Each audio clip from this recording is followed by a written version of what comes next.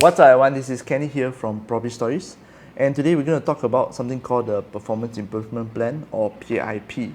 Okay, so imagine this, you go in the office, suddenly right, your manager say, hey, can I talk to you? So you talk and the manager says this, I'm sorry that we have to put you on a PIP or Performance Improvement Plan due to your sales have not reached the minimum level that we expected of you. So what is a PIP? PIP is actually like a second probation. You can say that second probation for salespeople, especially if you are in sales, you will be very familiar with this term PIP. When your sales actually drop to a certain agreed amount level, for example, maybe 70% versus your target for 3 months in a row, then you will be issued a PIP to help you to get back up to the sales 100% level that they expected of you, alright? So when you're at 70%, right, then the manager usually will actually sit down with you and talk to you about the plans, how to go about it, how to, what are your pipelines like. These are things that is hard conversations that you must do with your manager, alright? A little bit of a story time, yeah? Back in 2019, I got into a PIP. So the rule of my employer there back then is the 3 strikes and you are out. But that 3 strikes actually is based on the last 12 months sales. So last 12 months, if you fall below 70% of your agreed target, my agreed target was 3 million at the time. So if you fall last 12 months, you fall below the average of 70% of the target, they will issue you the first PIP.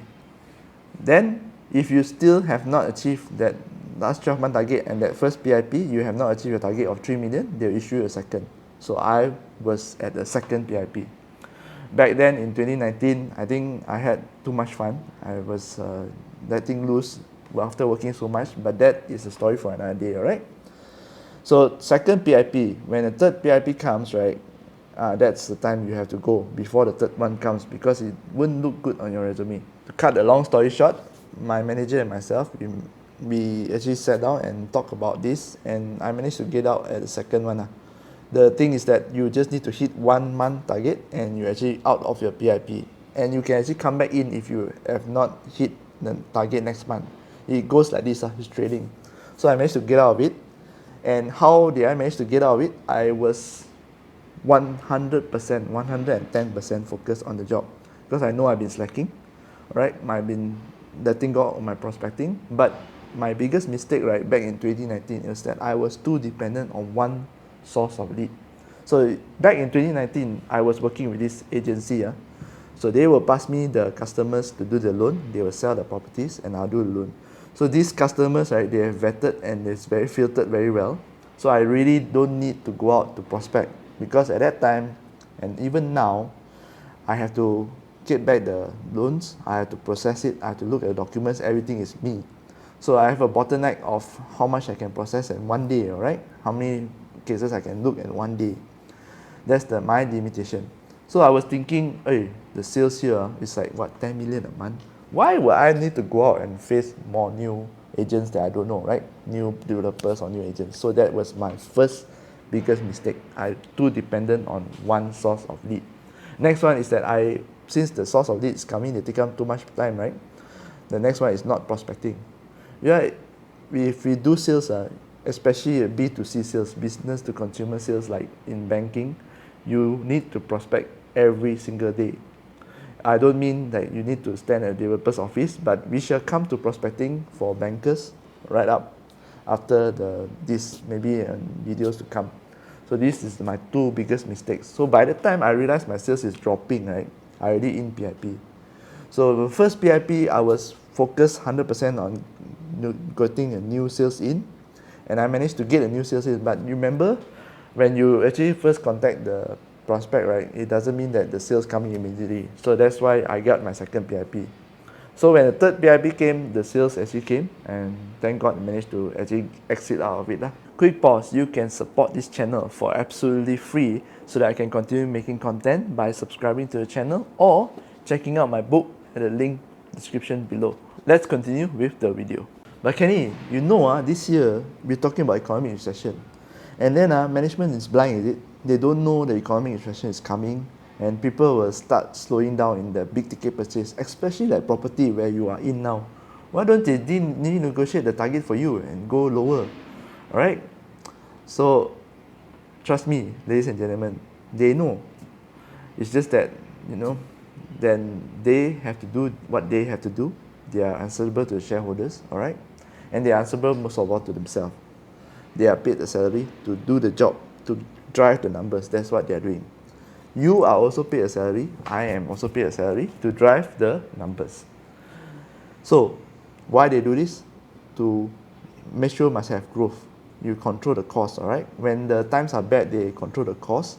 This is one of the ways to control the cost. Imagine today you have 100 sales reps, all right? 20% of them are producing 80% of the volume, which is normal. What are the 80% doing? Can you actually trim down the bottom 20% or bottom 30% to save the cost? Yes, you can. And you issue them a PIP and they will actually leave. Or some of them, they will just leave to go join another industry or just leave banking altogether. Doesn't matter. All right. But the most here is that your manager, your management level, the directors, they know. So this is how they save the cost. The next reason is that it's easy to quantify your performance as a salesperson. You just look at the numbers. It's either you hit or you miss. There's no in between. All right. So the easier it is to quantify your KPI, the easier it is to let you go, okay, and hire someone else. That is the vice versa.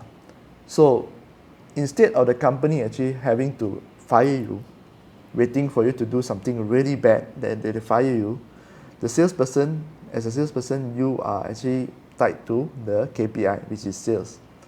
Imagine this, if the company has to fire you, the company has to compensate you. It will go against the idea of saving costs, right? And not to mention the legal headache of thinking of whether have they of all grounds covered in case you want to sue them or not. So that's the thing. Easier to give you a PIP and ask you to go instead of firing you. Cheaper. So if you are in PIP today, do not despair. I understand how you feel. Sometimes you may think that sales is not for you, but give it a shot, right? Try to go all in on something and see where it leads to. If it's really not all in for you, feel free to look for something else. There is not short of sales job in this world. If you are looking for sales, right, everywhere got vacancy, you don't have to worry. There's not short of a sales opening because it's not easy to get a good salesperson and an experienced salesperson.